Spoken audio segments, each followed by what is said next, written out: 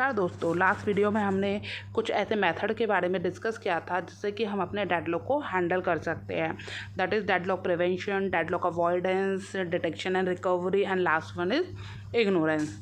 ठीक है, तो अब हम इस वीडियो में बात करने वाले हैं डेडलॉक प्रिवेंशन के बारे में कि हमारा डेडलॉक प्रिवेंशन क्या होता है। तो एक्चुअली में हमारा प्रिवेंशन का क्या मतलब होता है। तो दोस्तों, प्रिवेंशन कहते हैं हम बचाव को, मतलब कि कुछ भी मिस हैपनिंग होने से पहले ही हम उसके प्रिकॉशंस लेके चलते हैं, बचाव लेके चलते हैं कि हमारे साथ वो चीज़ हो ही ना।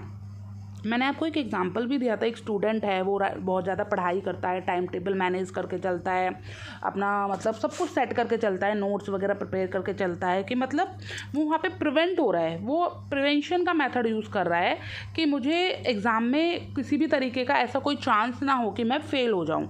वो हर मुमकिन कोशिश से मतलब अपनी पढ़ाई को इस तरीके से कर रहा है कि उसको फ़ेल होने के कोई चांसेस नहीं है, मतलब कि वो अपने आप को प्रिवेंट करके चल रहा है। ठीक है, तो डेडलॉक में प्रिवेंशन का भी यही मतलब है दोस्तों कि सिस्टम में डेडलॉक को अकर होने से पहले ही हम उसका प्रिकॉशन लेके चलते हैं, बचाव लेके चलते हैं कि इस तरीके से हम अपने सिस्टम में डेडलॉक को अकर होने से बचा सकते हैं।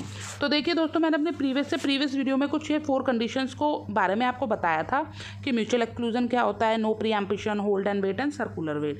आई टोल्ड यू अर्ली कि these are the 4 necessary condition. Behalf on these we can say that कि हमारा डेडलॉक है या फिर नहीं है।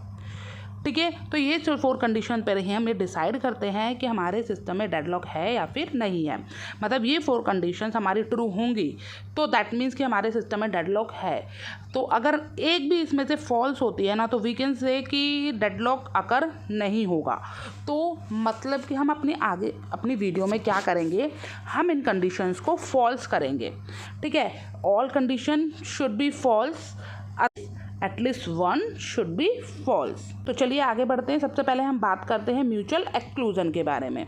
तो हम देखेंगे म्यूचुअल एक्सक्लूजन हमारा क्या होता है दोस्तों कि whatever resources we are using, that resource must be shareable, whatever resources you are using। ठीक है, मतलब कि कोई भी रिसोर्स आप यूज़ कर रहे हो, जो मर्जी आप यूज़ कर रहे हो, चाहे आप CPU यूज़ कर रहे हो, मेमोरी यूज़ कर रहे हो, रजिस्टर यूज़ कर रहे हो, कुछ भी आप यूज़ कर रहे हो, प्रिंटर यूज़ कर रहे हो, वो हमारे शेयरेबल होने चाहिए। ठीक है, तो अब आप ये बताओ, how can this possible with printer and how can this possible with tape driver. क्या प्रिंटर हमारा शेयरेबल है? That can not be shareable. Printer हमारा शेयरेबल नहीं हो सकता। ठीक है, तो अब these are non shareable resources, they are non shareable and in that condition it is very hard to make it false. अगर हमारे ये रिसोर्सेज शेयरेबल नहीं हैं तो इस कंडीशन में हमें ये म्यूचुअल एक्सक्लूजन कंडीशन को फॉल्स करना बहुत ही ज़्यादा टिपिकल हो जाएगा।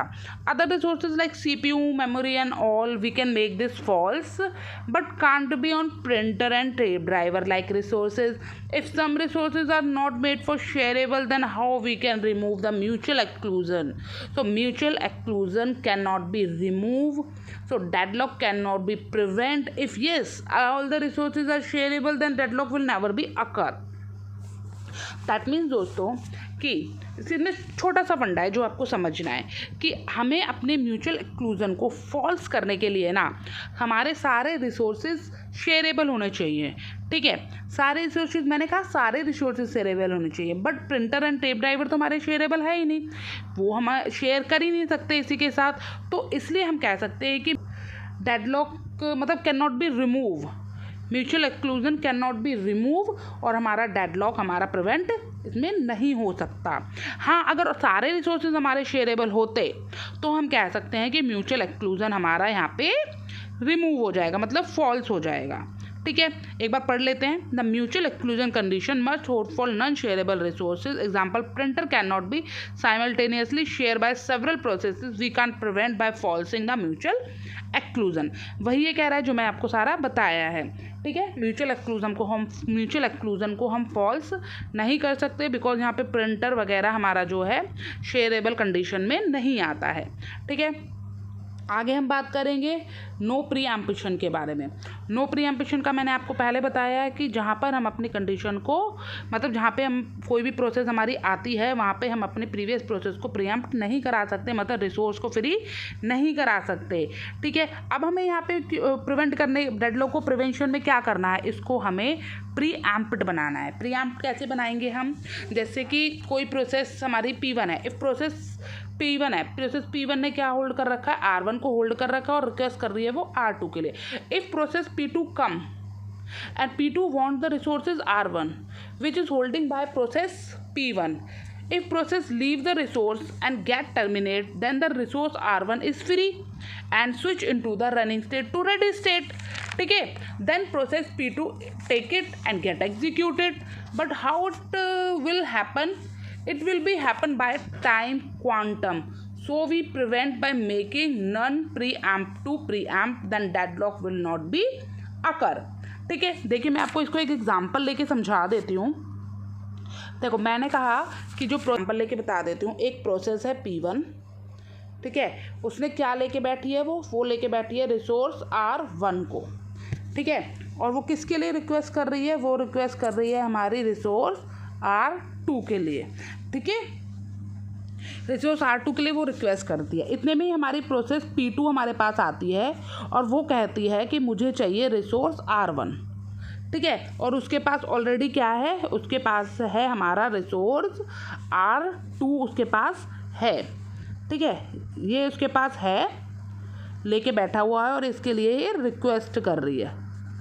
ओके, ऐसे ही हमारा इसके पास ये है और ये इसके लिए क्या कर रही है, रिक्वेस्ट कर रही है, ठीक है, ये इसके लिए यहाँ पे मैंने एक डायग्राम बनाया जिसमें प्रोसेस P1 हमारा रिक्वेस्ट कर रहा है R2 के लिए और R1 को लेके बैठा हुआ है, और इसी में हमारी प्रोसेस P2 आती है जिसके पास हमारा रिसोर्स R2 है और वो किसके लिए रिक्वेस्ट कर रही है, वो रिक्वेस्ट कर रही है रिसोर्स R1 के लिए।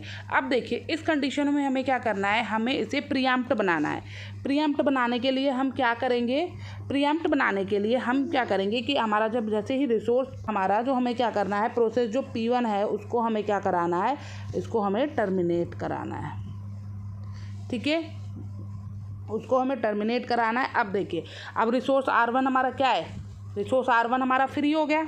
अब रिसोर्स R1 हमारा फ्री हो गया तो इसको कोई भी यूज़ कर सकता है, मतलब रिसोर्स R1 हमारा रेडी स्टेट से, रनिंग स्टेट से हमारा रेडी स्टेट में एंटर हो चुका है, ठीक है।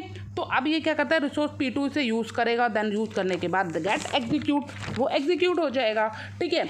बट ये होगा कब, ये कैसे हो सकता है कि हमारा रिसोर्स P1 हमारा रिलीज़ कर गया और P2 ने हमारे रिसोर्सेज को यूज़ कर लिया, वो हमारा होगा बाय द टाइम क्वांटम, ठीक है, हमें इसमें टाइम क्वांटम को यूज़ करना है। तब हम कह सकते हैं कि हमारा जो प्रोसेस है वो हमारा जो रिसोर्स है वो हमारा रिलीज़ होगा। वहाँ पे हम अपने इस नो प्रीएम्प्शन को प्रीएम्प्ट बना सकते हैं by the help of time quantum, ठीक है। होप दोस्तों आपको समझ में आएगा। चलिए आगे बढ़ते हैं। यहाँ हम बात करते हैं होल्ड एंड वेट की। देन होल्ड एंड वेट क्या है, there is be no hold and wait. अगर हमें अपने लोग को प्रिवेंट करना है तो यहाँ पे हमें क्या होना चाहिए, नो होल्ड एंड वेट होना चाहिए। If the process saying I want 3 resources and without demanding resources, without demanding anything, resources are provided to them, although it is practically impossible to do because I can't give the resources simply to a process. Other processes are totally waiting for that process, but this is a kind of method and we are following this method rather than process holding the resources and waiting for the resource, leave the resource free and simply give resources, ठीक है। मतलब कि यहाँ मैं क्या कहना चाह रही हूँ कि यहाँ पे क्या होना चाहिए, नो होल्ड एंड वेट होना चाहिए, ठीक है। कि दैट मीन्स कि कोई प्रोसेस है, प्रोसेस आई वो चाहती है 3 रिसोर्सेज को, 3 रिसोर्सेज क्या चाह रही है और हम उसे ना तीनों के तीनों रिसोर्सेज प्रोवाइड कर रहे हैं विदाउट कंडीशन। हम उसे कुछ नहीं कर रहे, कोई डिमांड नहीं कर रहे, हमने उसे 3 प्रोसेस चाहिए, तीनों प्रोसेस हमें उसे प्रोवाइड कर दिया है, ठीक है। मेरे को पता है कि ये प्रैक्टिकली पॉसिबल नहीं है कि हम किसी को सारे रिसोर्सेज को विदाउट डिमांडिंग दे दें, और जहां हम जानते हैं कि दूसरी प्रोसेस भी उन्हीं रिसोर्सेज के लिए लॉन्ग टाइम से वेट कर रही है, ठीक है। This is not possible but it is a kind of method and we are following this method rather than the process holding the resources and waiting for the resource. मतलब कि यहाँ पे ना कोई प्रोसेस रिसोर्स के लिए wait कर रही है, ना ही किसी को होल्ड करके बैठी है, जस्ट यूज़ एंड लीव, और हम उसे सिंपली दिए जा रहे हैं, ठीक है। This is a hold and wait process, जिसमें हमें क्या बनाना है, नो होल्ड एंड वेट, ठीक है। तो हम कह सकते हैं यहाँ पे कि हमारा जो डेडलॉक है वो हमारा प्रिवेंट है, यहाँ पर डेडलॉक की अकरेंस नहीं है, ठीक है। नेक्स्ट देखिए, लास्ट वन आता है हमारा सर्कुलर वेट। तो यहाँ पे क्या होता है सर्कुलर वेट में, deadlock must have a circular wait, ठीक है। डेडलॉक, अगर डेडलॉक है तो दैट मीन्स सर्कुलर वेट है। तो for preventing this should be no circular wait, इसको बचाने के लिए, हमें प्रिवेंशन को करने के लिए हमें यहाँ पे सर्कुलर वेट से नो सर्कुलर वेट करना है। So we will try to remove the condition from the system and how. Simply method is that कि वी हैव मोर रिसोर्सेज, ठीक है। हमारे पास बहुत सारे रिसोर्सेज हैं, लाइक प्रिंटर है, स्कैनर है, CPU है, टेप ड्राइवर है, रजिस्टर है, ठीक है। ये सारे रिसोर्सेज हमें पास हैं। तो so if we want there should be no circular wait, अगर हम चाहते हैं कि यहाँ पे सर्कुलर वेट ना हो in my system, so what we do, हम क्या करेंगे इन रिसोर्सेज को नंबर प्रोवाइड कर देते हैं, ठीक है। जैसे कि मैं आपको एक एग्जांपल लेके बताती हूँ। जैसे नंबर 1 है हमारे पास प्रिंटर है, ठीक है, प्रिंटर हो गया। नंबर 2 हमने दे दिया स्कैनर को, ठीक है। नंबर 3 हमारा दे दिया CPU है हमारे पास।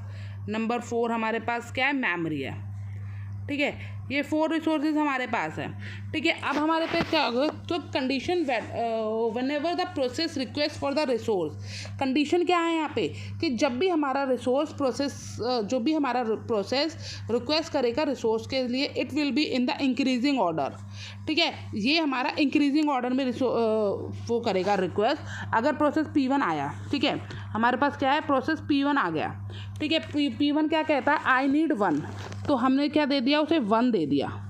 1 पे क्या है हमारा, CPU है, हमने प्रिंटर है, प्रिंटर हमने P1 को दे दिया, ठीक है। और at the same time process P1 चाहता है कि हमारे पास क्या हो, हमारे में रिक्वेस्ट कर रहा है हमारा प्रोसेस रिसोर्स 3 के लिए, तो हमने इसे रिसोर्स 3 दे दिया, ठीक है। अब यहाँ पे हमारा क्या है, एक और प्रोसेस हमारे पास आ जाती है, दैट इज़ प्रोसेस P2। वो कहती है कि मुझे CPU चाहिए, उसने CPU के लिए रिक्वेस्ट करा, तो हम उसे सिंपली CPU दे देंगे, ठीक है। अगर वो कहती है कि मुझे प्रिंटर भी चाहिए, मतलब 1 के लिए भी वो कर रही है, तो that should not be possible, क्योंकि वो इंक्रीजिंग ऑर्डर में ही अपना जो रिसोर्स है वो हमसे डिमांड कर सकती है, रिक्वेस्ट कर सकती है 1 2 3। थर्ड हमारा लास्ट नंबर था, तो उससे नीचे ही वो, मतलब मेमोरी के लिए तो रिक्वेस्ट, तो इसके बिहाफ पर हम कह सकते हैं नाउ इट कैन रिक्वेस्ट ना, तो P2 can not B request for the previous resources. तो यहाँ पे हमारा सर्कुलर वेट नहीं बनेगा, तो यहाँ पे हम कह सकते हैं कि जो हमारा डेडलॉक है वो क्या हो गया, प्रिवेंट हो गया, ठीक है। तो होप दोस्तों आपको ये 4 कंडीशन समझ में आए होंगी। नेक्स्ट वीडियो में हम अपने डेडलॉक अवॉइडेंस के बारे में बात करेंगे, जहाँ पे हमारा बैंकर एल्गोरिथम आता है। तो मिलते हैं अपनी नेक्स्ट वीडियो में, तब तक के लिए धन्यवाद।